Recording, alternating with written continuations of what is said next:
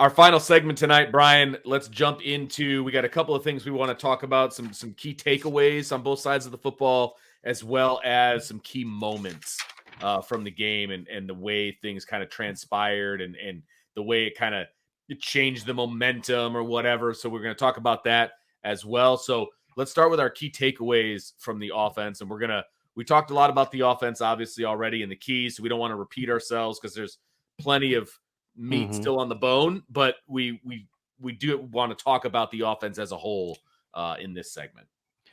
I'll say this, Vince. I know the offense didn't put up necessarily sexy numbers in this game, and there was a lot of mistakes, but I thought from a game plan standpoint or a play calling standpoint, I didn't necessarily love – I still want to see more crossers and chasers. This offense needs more of that. Everything is still too horizontally stretch oriented, and especially if you're concerned about not protecting the quarterback, that's even more reason to run some of the high lows and the levels concepts, right? Mesh concepts. They need to bring some of that stuff back against the pressures they're facing. It needs to. I don't know why they're hesitant to do it. They need to do it. I don't think that they will. But outside of that, I really liked some of the stuff Mike Denbrock did. And in the second and third quarter especially, he had Georgia Tech's defense. They didn't have a clue. I mean, it required Notre Dame to stop themselves, essentially. I mean, some of the stuff he did, Vince, you're just like, dude, he is in the bag today. I mean, he is feeling it today. Just going through it, Vince, you're just like, really nice concept. So they knew, against 3-by-1 release, they're going to overplay that, which is going to leave you backside man covered. So they're hitting backside double slants. We haven't seen Notre Dame hit a whole lot of slants this year. They hit backside games, though. They've been Well, they did the glance routes, which looked like slants in the RPO game, but they were running double slant backside, absolutely, and they hit inside and outside. And sometimes it was the tight end inside, tight end outside. It was Bo Collins. They were just like, hey, you're going to overplay us this way. We're going to come back to this, and we're going to hit you with it. Really nice concept where he just does Jeremiah Love on a quick motion. He just runs an option route against the linebacker. Catches it at 3 yards down the field. You're like, whoop-de-doo. But it got him in space against a linebacker. He makes the guy miss and runs for 12 yards. Shocker, you know what I mean? That's what he does. Yes. Yeah. And you just had a lot of stuff like that, Vince, where it's like in some of they ran a play. I love this one. It was a screen pass to Mitchell Evans, but they had Jaden Harrison in the game. Jaden goes on a jet motion, then orbits the other side. Yes. So he pump fakes this way. They run Aeneas Williams on a wheel route backside, which the linebackers are like, wheel, and they're running with it, and they're dumping a slip screen to Mitchell Evans underneath it. I'm like, dude. So many things going on there. And I mean, you can run it once. Right. And they hit it for a big play. And if Anthony Knapp blocks his guy, Mitchell might have gotten him at least 5 or 10 more yards on that, if not housed it. But I mean, just stuff like that, Vince, where I was like, dude, he's in the bag today a little bit. Yeah. You know what I mean? There was some really good stuff in this game. And it didn't, some of it was there, didn't work. You hit the slot fade, or you missed the backside go ball. I liked the play that Riley threw the interception. I'm actually going to try to pull that play up, Vince, if I can. But the play he threw the interception, I was like, dude, that's I like the call. I mean, they ran a motion. It was a 2-man route, and you've got Jaden, you've got Bo running a middle post. The corner and the safety both go. The linebacker's just now starting to get into his drop. Riley's got to throw that ball in the middle of the field. Chris Mitchell's open for a 15, 20-yard gain. Yeah, I liked the concept. Well, even if he underthrows on purpose, by the way, even if he underthrows Bo Collins, the way that it was when he let that ball go. If he underthrows it to the middle of the field a little bit, and Bo just kind of bends it. But this is the thing why I think people that said Bo Collins quit on the route are wrong. Bo is bending it. Yeah. Bo's running a post route this way. Okay. And the safety's going, so Bo's coming here. You teach your come underneath that. Yep. And so Bo starts to go in there, and then he has to revert back out. Yeah. On TV, you only see the reverting back up top. Right. You don't see that he's about to bend it. You're not going to be full speed when you have to re-accelerate because you have to change direction. Because if he bends that and Riley sees and Riley throws it on the line, he might score. I mean, he might score on that because he's underneath and then can make a play. But yes, I agree with you. He also had Chris Mitchell going across. Chris Mitchell's still the read because you had that backside corner kind of creeping over. Maybe absolutely.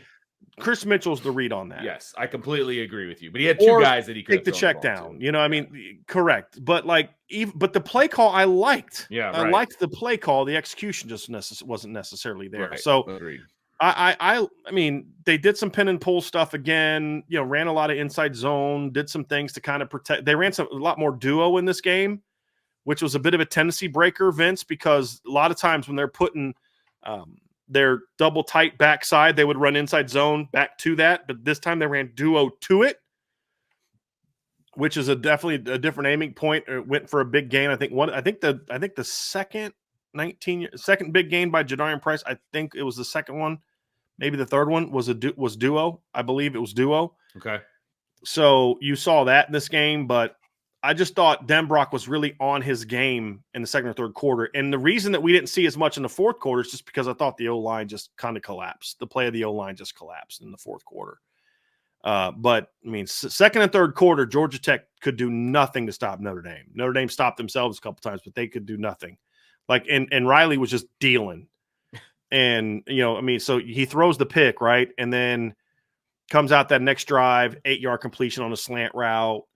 3rd and 1 converts it, which, you talk about when you talk about key moments, Vince, that was really my key moment. I know it was for yours too, is the start of that drive. They come out, they're kind of still getting pushed around when then Riley dives for that first down.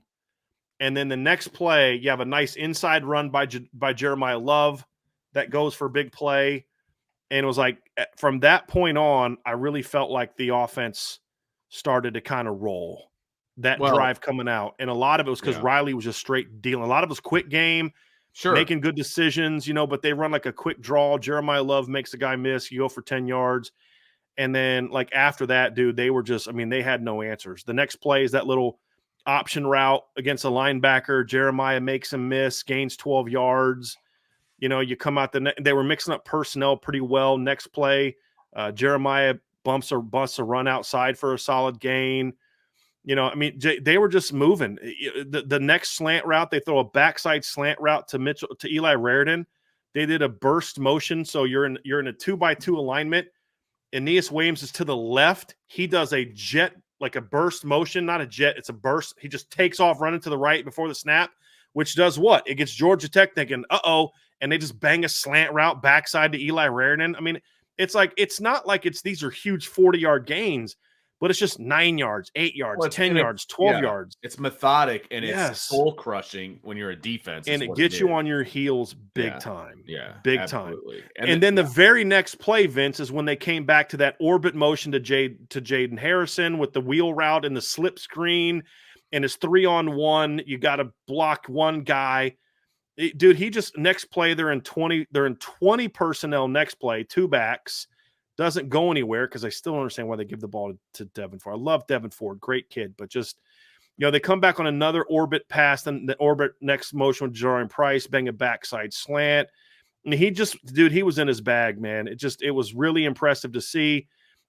Next play, I thought another key takeaway for me was Riley Leonard was a playmaker in this game, with his arm. Next play, it's third and 3. They motion out. And they're actually trying to run a route to the right, but Georgia Tech brings a pressure away from the motion. So if you go back and look at the play, Notre Dame's in a 2x2, Vince. When they go motion, the defense, so it was tight end was attached, or not attached, but on the line, and then the receiver was off. When they went in motion, the guy that was over the tight end collapsed and blitzed. That's the motion check. Blitz is off the edge. Backside. Riley Leonard's looking right, sees that guy coming, throws right over top. It looks like a screen. It wasn't a screen. It was a blitz beater. Yep. Just gets it over the top to Aeneas Williams, first down. If he doesn't read that correctly, drives over, you're selling for a field goal. It's 3rd and 3. People complain, he doesn't keep his eyes downfield. Well, first off, if you could watch the film that I watched, you'd realize the receivers are very not good at scramble drills. But there's the play where he makes a couple guys miss. He's scrambling around, and all of a sudden the linebackers come up exactly and what play you're talking. He pops it to Bo Collins. Yes. That was a definite. I wrote that one down, actually. That's the definition of keeping your eyes downfield, because earlier on in the season, he tucks that and he's running. Yeah. Okay. But he kept his eyes downfield. He saw that defender come off and come down on him Right. because he knew that Riley Leonard was going to keep it, and he Right. just popped it right over the top to Boom. Bo Collins. The check down to Jeremiah Love, you're thinking, well, how's that a play make Riley Leonard? Because he immediately saw the bail pressure and his pressure, and he just steps into the pocket and just boom, quickly gets it to Jeremiah before the defense could collapse on him. Yeah, and then that allows Jeremiah to then go put in work. So yeah, it was like, okay, he didn't make the play, but he did what he needed to do to quickly get the ball. If he waits another second and a half and then checks it down, he's getting tackled right away. Correct. There just was a lot more stuff like that, Vince, where he was making more plays with his arm in this game. Right. And that's why he completes 12 in a row and does the things that he does and has the success he did. It was 12 in a row and then 15 out of 16 too. I mean, he was dealing there for a little while. And I think we're also now seeing that's when the game got out of hand, by the way. Correct. Look, we're seeing Mike Denbrock obviously understanding what offense he has to work with and calling plays accordingly. But I also think that Riley Leonard is now realizing, in game, okay, because he's a first-year starter for Notre Dame, but he's realizing in game who his guys are, what they do well, and how he needs to get the ball to these guys so that they can continue to make plays as well. And case in point, getting the ball early to Jeremiah Love on that check down before everybody collapsed on, because he's able to turn around, get up to speed, and make guys miss. As opposed to, I mean, we've all seen it a million times when there's a check down to the running back in, linebacker depth, they catch it. They don't even have a chance to turn around. They're already getting tackled. So you get like a 4 or 5 yard gain and it's it. He's getting the ball early to him, not worrying about everything else, and then allowing Jeremiah Love to make plays. I just feel like Riley Leonard's becoming more and more comfortable within this offense and within the guy, or I should say with the guys around him, and allowing them to make plays as well. The 12 completions in a row, by the way, was also ties for the 6th best ever by the Notre Dame quarterback, and the most consecutive completions that a Notre Dame quarterback has had since Ian Book had 15 in a row back in 2018. Pretty good. Yeah. Yeah, pretty good. Pretty good. Yeah. So, yeah, I just from I still, you know what the longest was? Love it. Remember that game in 14 with Everett completed 25 straight passes against Syracuse? Oh, I do remember that. And I think his only incompletions around them were like picks. Yeah. It's like such a weird game. He was so good. Actually, I'm going to look up at that box score because I do believe Everett threw a couple picks that game. But Notre Dame Syracuse box score 2014. Do you remember that? Because I think he had a couple picks that game, I believe. But he completed 25 straight passes in that game. Yeah, he went 32 of 39. For 362 yards, and he had 2 balls that were picked, and he had another ball that should have been picked. So it's like he was throwing it to somebody, right? Yeah, it wasn't hitting the ground. It wasn't hitting the ground, right? The ground, yeah. But Ev was dealing 32 of 39 for 362 yards and 4 touchdowns. He was dealing that night. Yeah. So that was Mike Denbrock was the OC, by the way, right? For that one as well. So.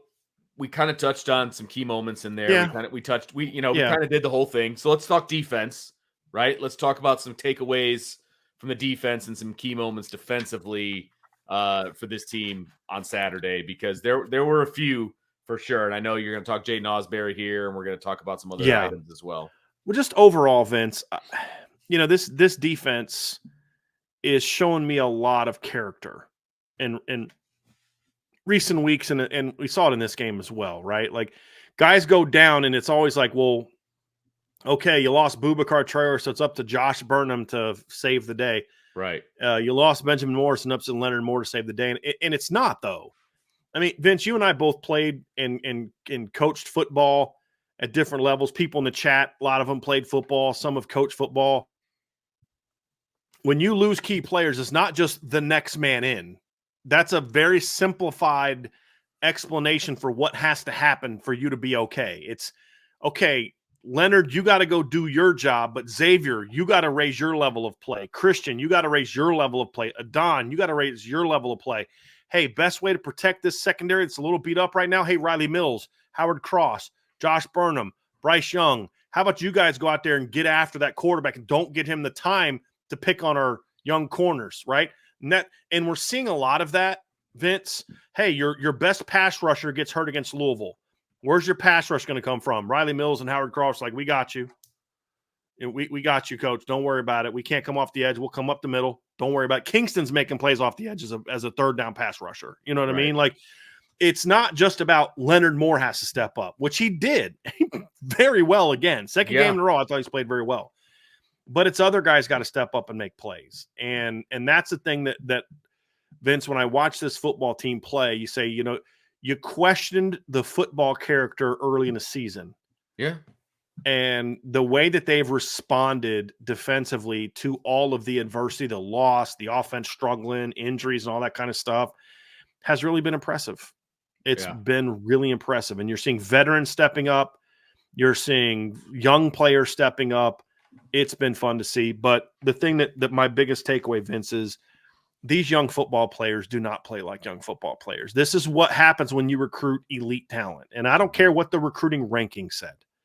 I don't care that Drake Bowen's not athletic enough. Let's rank him in the 200s. You're an idiot. You know what I mean? Like, you're not good at your job. Jaden Osbury commits to Notre Dame. He's a borderline 5-star. As soon as he commits to Notre Dame, goes down and down and down and down. That kid look like anything but a top 100 football player to you, the way he's playing football?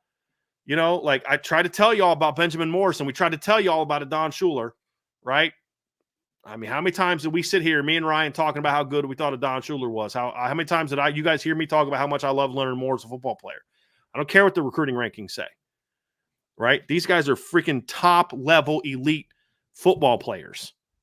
And you're seeing it, Vince. You're seeing all these young kids. You're like, these are not freshmen and sophomores.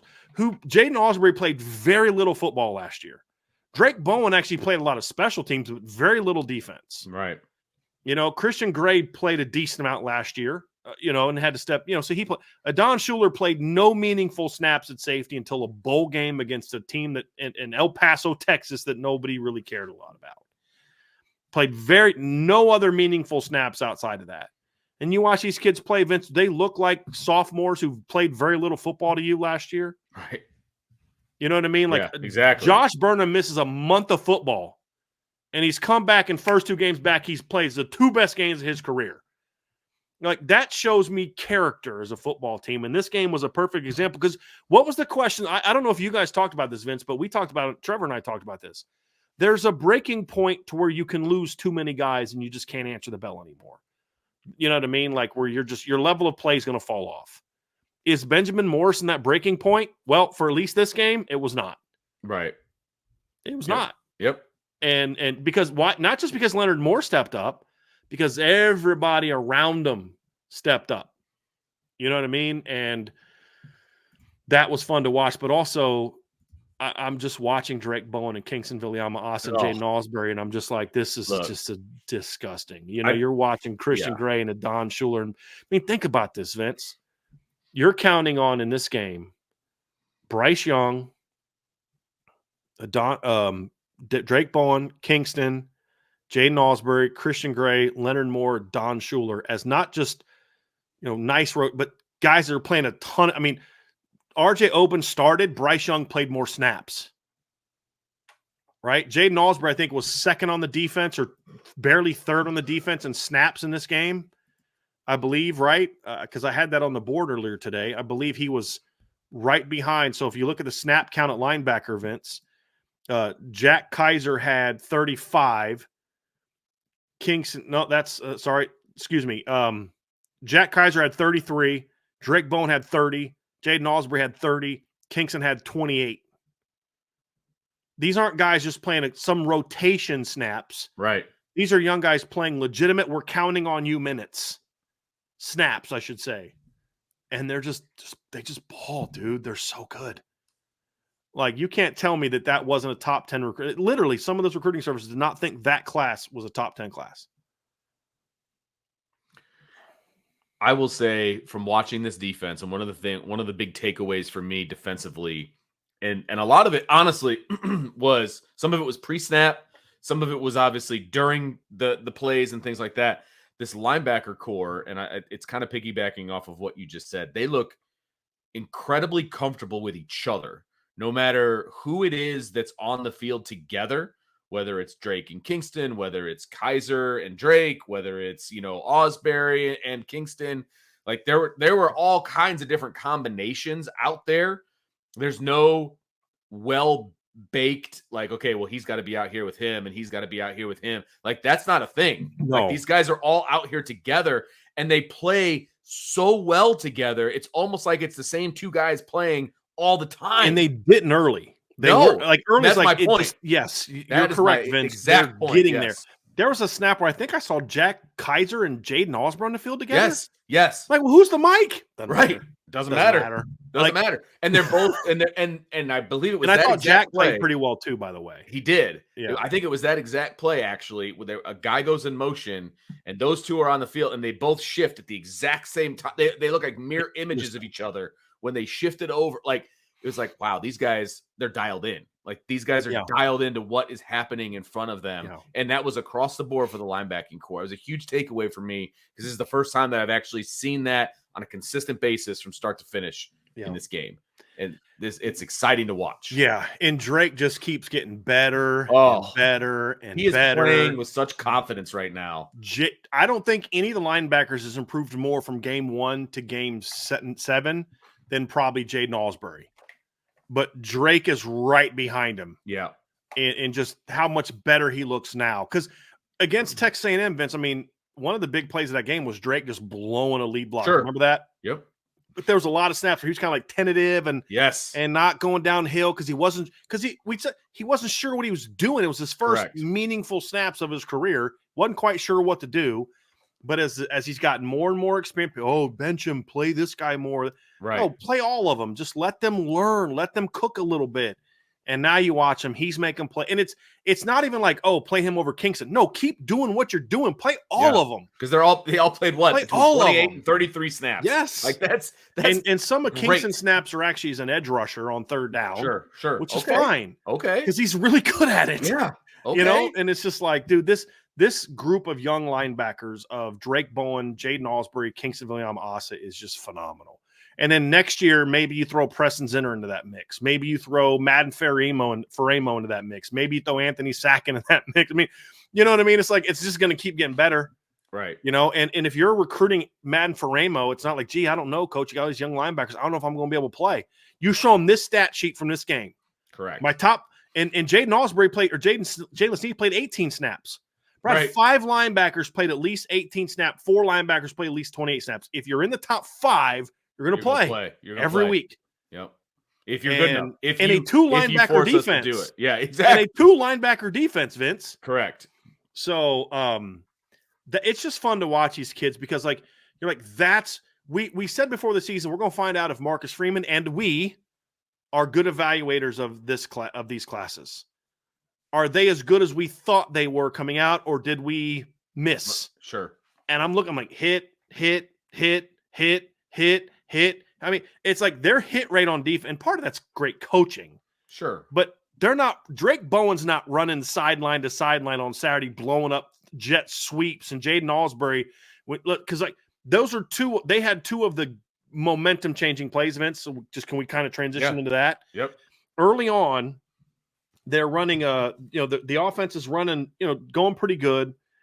And they get in it. So the first defensive drive, they get the big play. You get to the 3rd and 4, and Riley Mills has a great pressure, and then Jack Kaiser and Drake Bowen just collapse in the quarter. It looked like he was going to get the first down. All of a sudden, Jack and Drake just boom. I mean, it's like a brick wall. Yeah, and just scrambling, and all of a sudden it was just like pop. I think Marcus Freeman talked about that in this press conference. How the linebacker, this is the most physical, like where they were hitting guys and they were, because they know what they're doing. And then they come out the next 2 drives later after the touchdown drive. Georgia Tech gets a jet sweep for 5 outside. It's 3rd and 2. They run a reverse. Xavier Watts did a good job reading it. Jordan Clark did a good job reading it. But that play got stoned because that guy went to dive for the first down, and Drake Bowen read the play and came from and drilled that guy. He went from this way to into the sideline. Like, he starts to dive for the first down, and then Drake hits him, and he just sends him right out of bounds. You're like, oh my gosh. And then it was 21-7, 3rd quarter.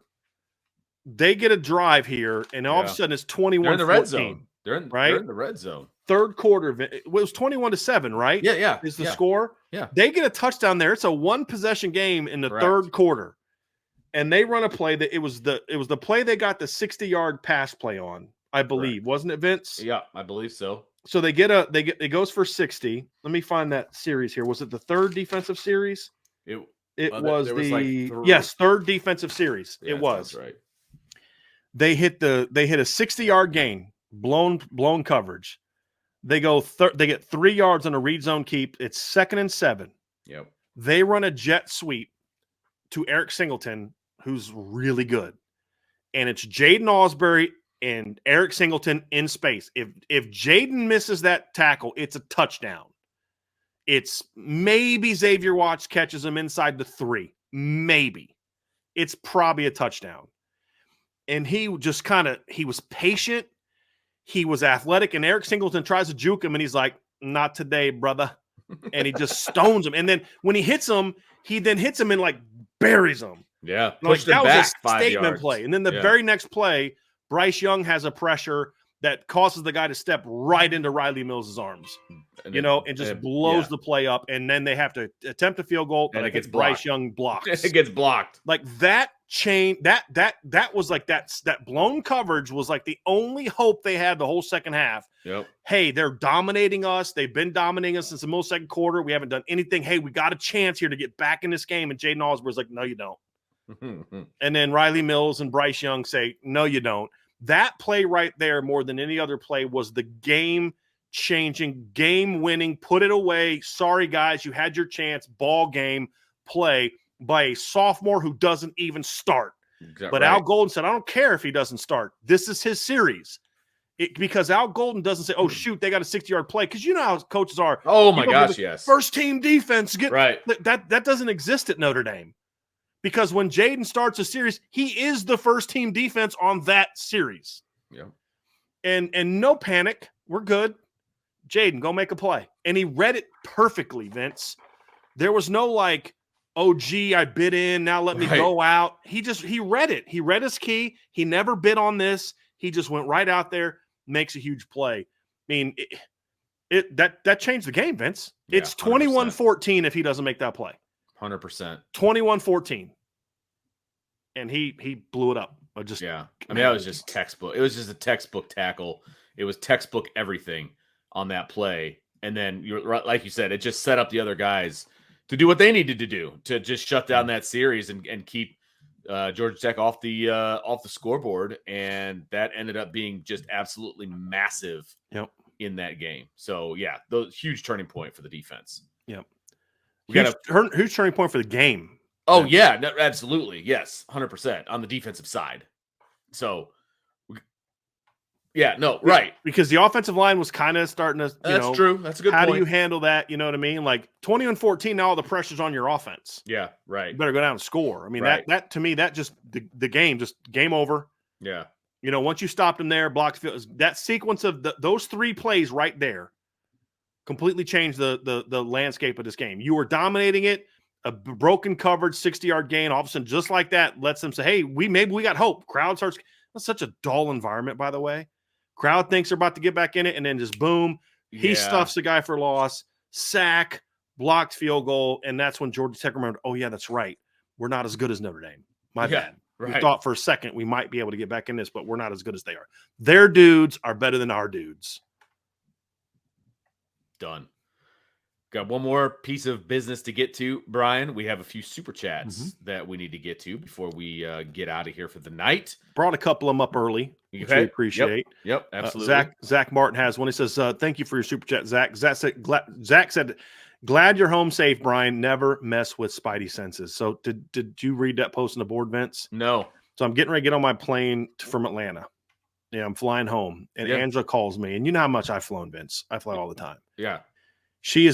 I'm usually the one that's a little nervous before flying because I don't like heights, and I'm just, I've watched too many movies, and I'm a control freak. It's like, and you have zero control on a plane. We'll go on 20-hour drives, and I do all the driving. It's I have no control on a plane. And Angela says, I'm literally boarding in 2 minutes. Angela said, I just got this bad feeling that you shouldn't get on the plane. We talked for like 10 minutes, and I was like, well, look, we're going to pray and, just trust that if something God can control whatever's going on. And so I was shook. I put a post on the board like, hey, guys, this is going on. If y'all could pray for us, because like she's never that way, Vince. ever. And she was legitimately spooked. She's like, I don't know what to do. I don't want you to get on the plane. I was like, well, I'm gonna get on. We'll pray and ask God for protection and all that kind of stuff. We did. We prayed on the phone and prayed on the plane and had people praying for us and all that. But yeah, she was genuinely spooked. And she's like, I don't know where it came from. She's like, because she tracks everything. She always tracks my flights. She's like, okay, your flight's changed. She'll let me know. And she said, oh, they're going to be boarding. As soon as she looked at my phone and said boarding and whatever time, it just came over her. Just like, call them and tell them not to get on the plane. Of course, I didn't listen to her. But I also believe in the power of prayer and believe that, God can watch out for us and all that. But it was just really interesting. So that's where that's where that's coming from. So, but yeah, made it home safely. Wild. Connor Grant, thanks for the super chat. Appreciate you very much. Love IB. Where would you rank Notre Dame right now? I'd say probably 8th or 9th. I was actually doing a mental exercise with a friend of mine the other day. Last night, actually, he said, where would you rank Notre Dame? And I said, I would have them above, like Iowa State. I'd have them above, what was the other one? I'd have them above LSU. Because, again, their best wins over I would actually have BYU ahead of Notre Dame. Okay. I think BYU was legit. Right now, I don't know if they're a top 10 team. They certainly have a top 10 resume. Okay. They've got 2 wins over top. They blew out Kansas State. They beat SMU on the road. The only loss for both of those teams so far. But I'm trying to think, obviously Georgia, Ohio State, teams like that. I think I had them 9th. I would have had them ahead of Iowa State. I would have had them ahead of LSU. I would have had them ahead of, there was one other team ahead of them that I would have had Notre Dame ahead of. So I think I had them like 8th or Clemson. That's it. So I would have, because they've beat nobody. Right. And LSU's only, good loss. Their loss is better than Notre Dame's. Well, Northern Illinois has a winning record and USC does not. So, you know what I mean? So it's Texas not that much better. Take care of that for Notre Dame here this coming week. Hopefully, but I'd have them around 8th or 9th. Yeah. They're not too far off from where I'd have them. Yeah, I think that's fair right now. And I'm not even super upset about them being 11th in the coaches poll. I would put Iowa State behind them and BYU ahead of them, and you could make maybe a case for Indiana being ahead of them because they are 6-0. They're blowing teams out. I mean, they haven't blown anybody out. I mean, for IU last weekend, the Nebraska win was their first. Okay, that's a legit win. That's a really good team, and they stomped them. I mean, it was not right. close. So I mean, if you were to say, "Hey, I'd have Indiana ahead of Notre Dame," I'd say, "Okay, cool. Yeah, well, they haven't beat anybody any good. Yeah, but they didn't lose to a MAC team. I mean, you can't. Right. Like, I think people are making too much of the loss to Northern Illinois. Like that should trump every good thing they've done. Right. But you also can't go on the flip side and act like it didn't happen either. Sure. You know what I mean? Well, yeah, but Notre Dame's beat these good teams. Yeah, and Indiana's played teams the caliber of Northern Illinois, and they beat them. Yeah. So I'd be okay if somebody would put Indiana ahead of them right now. So I'd have them between 8 to 10 is where I'd be comfortable having them. So I don't think the polls have them too far off. Actually, some of my biggest beefs in the polls aren't even Notre Dame. It's how the heck do you have Iowa State all the way up there and BYU all the way down there? That makes no sense to me. Iowa State hasn't beat anybody all year. They barely beat a crap UCF team. They needed a last-second touchdown to beat UCF, who stinks. Have no good. Their best wins over their second best win this year, Vince, is over North Dakota. Exactly. So, but BYU's legit I mean, their resume is legit. I mean, will they keep winning? I don't know, but their resume right now is legit. And I think people also have to understand that the thing about these rankings, it's not what we think is going to happen by the end of the year. It's where they stand right now. That's right. And that's why I get, well, if so-and-so played so-and-so in a neutral, but they don't. They didn't. Exactly. It's what the resume looks like right now. So, yeah. Things are going to change. Notre Dame just needs to take care of their own business. Things are going to happen above them. Then they're going to be just fine. That's where I'm at with everything. That's why I don't get too wrapped up in where they're ranked right now. Yep. A stubborn Mick. Love that. Thanks for the super chat. Appreciate you very much. I completely forgot about Jordan Botelho until you mentioned him. This has been worse than 2014, but I'm not seeing the drop-off anywhere, really. You remember how good Notre Dame was early in 2014? Like almost beat Florida State. They got up to number 5 in the country. They were just rolling. And then Arizona State happens, and then they just had all those injuries. Just Sheldon Day goes down, and I think Jerron Jones went down, and and then you're having to play this freshman and sophomore class, and it was like this big drop-off in talent. And you're just like, by the end of the year, they were garbage. They lost to a really bad Northwestern, and they had a terrible defensive coordinator, which made matters worse. But like and like you're watching them against USC, and you're like, USC could have hung 70 on them that day if they wanted to, and Sark called off the dogs. I mean, he did, Vince. I mean, it was like I 40, remember. 49-14, and it could have been way worse. They went on like a 20-play drive late in the game where he could have easily scored 10 times on that drive. You know what I mean? And that team was just a shell of itself. Got a little healthier for the bowl game and beat LSU, but like that team was a decimate at the end of the year. And to his comment is like, they're having worse injuries now than they did then. And he's not wrong. And the drop-off is not as great. Not even close. Offensive line, there's a drop-off, but they're still competent. Yes. You know, they're just not great. They're solid. Whereas in 2014, when the D-line had all those injuries, they were just done. You know, they've lost Boubacar, Betelho, and Onye, and their D-line is like playing its best football of the year. Not because those guys are out. It's just that other guys have stepped up now that those guys are out, you know, and just huge shout out to Al Washington, huge shout out to the players, Al Golden. I mean, just in the character of this team to be able to say, hey, you know what? Next man in, let's all go ball. You know? So, hey, Josh, you don't got to do it all by yourself, man. Junior, you don't got to do it all by yourselves, man. We got you. And it's been impressive to see, man. It really has. Yeah, 100%. ICURN with Irish Luck. Thanks for the super chat. I'm a little behind, but with the issue with development on the O-line. Yeah, but with the issue with development on the line, is it your opinion that there has to be a discussion of... Do you have the right coach? Oh, okay. Of do you have the right coach? Fair. I mean, first of all, I haven't seen you in a chat in a while, so it's really good to see you. Thank you for the super chat, man. It's been a minute. I'm just not comfortable having that conversation, Vince, for the reasons I always state. I'm not going to talk about whether or not a guy should or shouldn't be fired.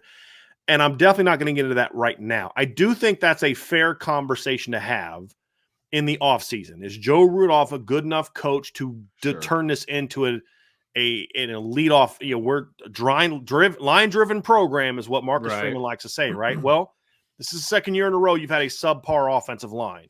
Well, it's injuries. Yeah, but you didn't have injuries last year in your offensive line. Actually got better when you had injuries last year. Sure. Because some younger guys went in. So you're now 2 years removed from Harry Heastand, and the play of the line has gone down from a technical standpoint. But it also has gone up from a toughness. They're playing harder than they did last. That was going to be so you got to balance advocate. it. Yeah, you know what I mean? Right.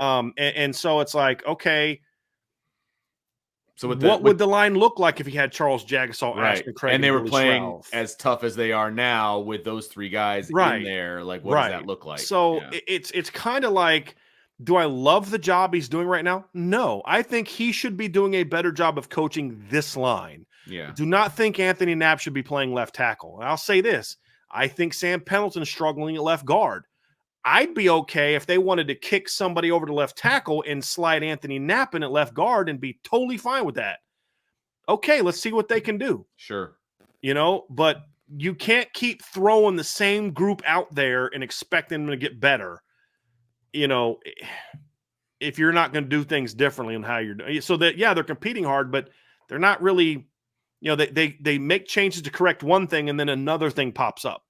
You know, Sam Pendleton and Anthony Knapp were having trouble in pass pro, Vince, and now they're picking that stuff up a little bit more, but now their run game blocking has gone down for Sam Pendleton. So it's like, you know, it just, you got to do a better job getting the group you have ready to play. And align with the talent you have now, which is not elite talent, should still be better than it is. So I'm not even looking at it of what the line should be. I'm looking at, is the five you have out there, are you getting the most out of them? And I don't think the answer is yes. And so that's fair. I think that conversation could be had, but I want to see how they finish this season, especially once they get Billy Shroff back. You know, what do they do? Does he just plug Billy Shroff in at right guard and then bench Rocco, who I think has been better than Sam the last few games? Or do they put Billy at left guard? You know, do they put him at right guard and then maybe slide Gerby or Tosh or Sullivan Absher to left tackle? Maybe slide Anthony Knapp into left. There's a lot of different things you can do. Whether they'll do it or not. But you can't just keep saying, hey, we're just going to keep throwing the same guys out there and hope that it gets better. Right. You know, I don't think that's realistic. And so that I question. But at the same time, you go say, dude's missing 3 starting offensive linemen, and they're still going out there and, you know, running the ball well and averaging 200 yards a game. And I'm like, yeah, it's because you have running backs. Jadarian Price's first carry of the game, there's a guy right in the hole. And whoops, makes him, you know what I mean? Not that it wasn't the line's fault. He was a safety coming down from the third level. But it's just like, who was the Georgia Tech safety with the long hair? They got him a few times, yeah. I mean, that kid had to had a career high in tackles because He actually did have have a nice, that 23-yard gain by Jadarian Price. Jadarian tried to stiff arm him, and the kid didn't go fully in on Jadarian when he saw the stiff arm. And then once Jadarian's arm went down, he went that was actually a really nice play. Because if he doesn't play that stiff arm well, Jadarian's got a house call. I thought that kid actually played a good game for what he was asked to do. Yeah, no, he kept runs at 19 and 23 instead of. Yeah, but he had a couple times they made him miss. Sure, it was a rough day for that kid. He had a lot on his shoulders. Yeah. There's no doubt. That's asking a lot, though. Last one here, Vince. It is Jacob Watson. Thanks for the super chat. I was at the game. I thought the offense could have executed more had the line played better. Thoughts? I agree. Yeah, I think the line would have played better. Notre Dame probably scores 34 offensive points, maybe more. But that, they didn't. Yeah, probably 34 to 38 offensive points. Again, Vince, my final score prediction was 31-21. They won 31-13, and they got a garbage touchdown. How can I be upset? They played better than I thought they were going. They won by a greater degree than I thought they would coming into the game. And then my prediction was they'd win 38-13 if Haynes King didn't play. They're holding penalty away from basically making that happen, essentially. So overall, man, it's a good performance. Yeah. But yes, they could have played better if the offensive line would have played better. Well, thanks everybody for hanging out with us on a little bit of IB After Dark. Appreciate you all very, very much. Tomorrow, make sure you're hanging out because there'll be an afternoon show. And of course, there'll also be IB Nation Sports Talk.